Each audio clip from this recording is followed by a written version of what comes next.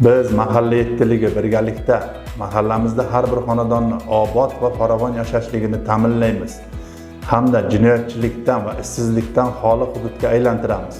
Shu bilan bir qatorda mahallamiz yettiligi hamda mahalla faollari bilan birgalikda daraxt, gul, rayhon ko'chatlarini ekishni tashkil qilib, mahallamiz har bir xonadonni yashil makonga aylantiramiz. Biz birgalikda mahallamizdagi tadbirkorlikni rivojlantirib, ayniqsa xotin-qizlar va yoshlarni tadbirkorlikka jalb qilish orqali ularning bandligini ta'minlab, daromad manbaini yaratamiz. Mahallamizni ishsizlikdan xoli hududga aylantiramiz. Biz hamkorlikda oilaviy totuvlikni ta'minlaymiz va ajrimlarni oldini olamiz. Ayollar muammolarini o'rganamiz va bu orqali ularning jamiyatdagi nufuzi hamda o'z o'rnlarini topishga ko'maklashamiz. Biz hamkorlikda yoshlarni mamlakat kelajagi uchun qayg'uradigan qilib tarbiyalaymiz.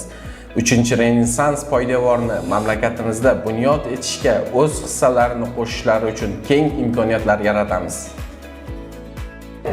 Biz hamkorlikda huquqbuzarliklar barvaqt oldini olamiz. Oilalar tinchlik totuvligini ta'minlaymiz. Mahallamizni xavfsiz va jinoyatdan xoli hududga aylantiramiz. Biz mahalla yettiligi bilan birgalikda og'ir ijtimoiy vaziyatga tushib qolgan oilalarni aniqlab, ularga ijtimoiy xizmatlar ko'rsatib kelyapmiz. Biz hamkorlikda mahallada tadbirkorlikni qo'llab-quvvatlaymiz. Soliq imtiyozlari bo'yicha tushunchalar beramiz va byudjetimiz ravnaqiga hissa qo'shamiz. Biz nuroniylar mahalla faollari bilan birgalikda mahallaning barcha tadbirlarida ishtirok etamiz.